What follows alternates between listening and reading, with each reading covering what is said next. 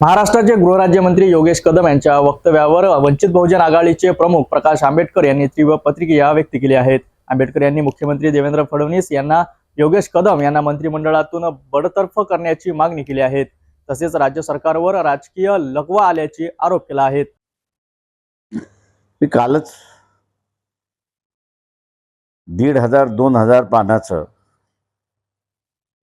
Chargesheet ज्यावेळेस दाखल केल्या जाते, एव्हिडन्सच्या डॉक्युमेंट दाखल केल्या जातात, त्यामध्ये मी नीरव मोदीच्या संदर्भात असंच डॉक्युमेंट त्यांनी इंग्लंडच्या कोर्टामध्ये दाखल केलं होतं। त्यावेळेस भारतीय पोलिसांना त्या कोर्टाने झापलं होतं, तुम्ही असं PhD करताय की इन्क्वायरी करताय। तेव्हा हे जे 1,500 पानाचं 2,000 पानाचं असणारं जे चार्जशीट आहे ते PhDचं डॉक्युमेंट आहे का, हा त्याच्यातला महत्त्वाचा भाग आहे। एवढ्या मोठ्या डॉक्युमेंटमध्ये कॉन्ट्रडिक्शन वकिलाला शोधणं फार जड जातं असं नाही, आणि म्हणून मी काल म्हणालो की असणारं 1,500-2,000 पानाचं डॉक्युमेंटेशन दाखल केलं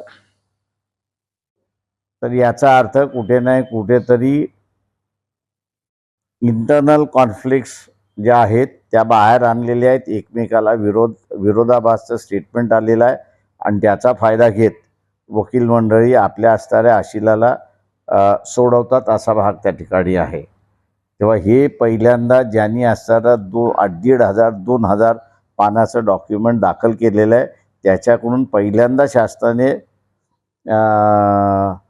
विचारलं पाहिजे की एवढं मोठं काय त्याच्यामध्ये बाळ तुला सापडलेलं आहे की 2,000 पानाचं डॉक्युमेंट जोडण्याची गरज आली म्हणून।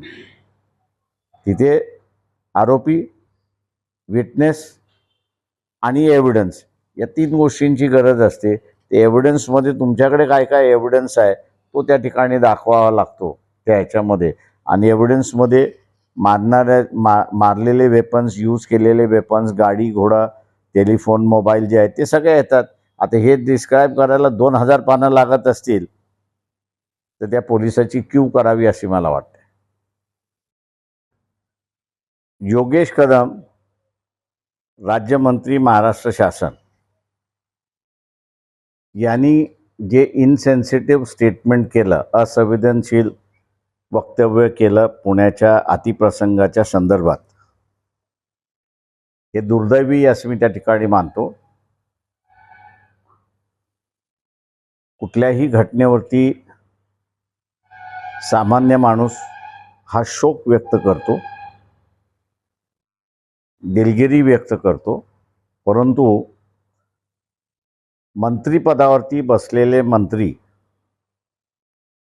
ज्यावेळेस अशा वक्तव्य करतात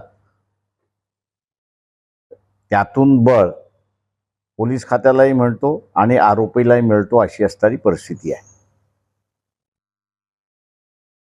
अशा ह्या इनसेन्सिटिव्ह मंत्री जे आहेत, असंवेदनशील मंत्री आहेत, योगेश कदम यांना मंत्रिमंडळात का ठेवावं हा प्रश्न देवेंद्र फडणवीस यांनी स्वतःला विचारला पाहिजे। राज्य शासन हे लोकांना दिलासा आणि त्याच्याचबरोबर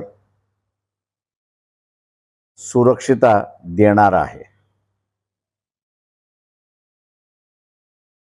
मद्रास हायकोर्टाने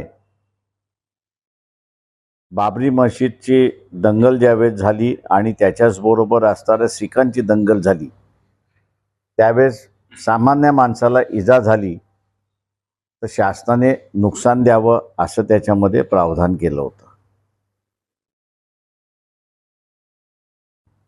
ते प्रावधान करत असताना सेन्सिटिव्हिटी, संवेदनशील ही शासनामध्ये यावी अशीच अपेक्षा त्या ठिकाणी होती। आज ज्या मंत्र्यांना असंवेदनशीलता दाखवावी वाटते अशांना कॅबिनेटमध्ये का ठेवावं हा प्रश्न आहे। वंचित बहुजन आघाडी ही मागणी करते की अशा मंत्र्यांना कॅबिनेटमधनं काढून टाकावं, राज्यमंत्रीपदावरनं काढून टाकावं ही मागणी आम्ही करतो। पोलिसांना एक आरोपी पकडण्यासाठी श्वान पथकाची गरज लागते, 100 पोलिसाची गरज लागते आणि कैक अधिकारी त्याच्यामध्ये लागलेत अशी परिस्थिती आहे. यावरनं एकच स्पष्ट होत आहे की पोलीस खातं कायदा आणि सुव्यवस्था सांभाळण्याच्या ऐवजी अजून काय काय करतात याच्याकडे लक्ष देणं मुख्यमंत्र्यांना गरजेचं आहे असं मी त्या ठिकाणी मानतोय. अकोल्यात माध्यमांशी बोलताना प्रकाश आंबेडकर यांनी पुण्यातील स्वारगेट बस स्थानकावर घडलेल्या घटनेबाबत योगेश कदम यांच्या वक्तव्यावर संताप व्यक्त केला.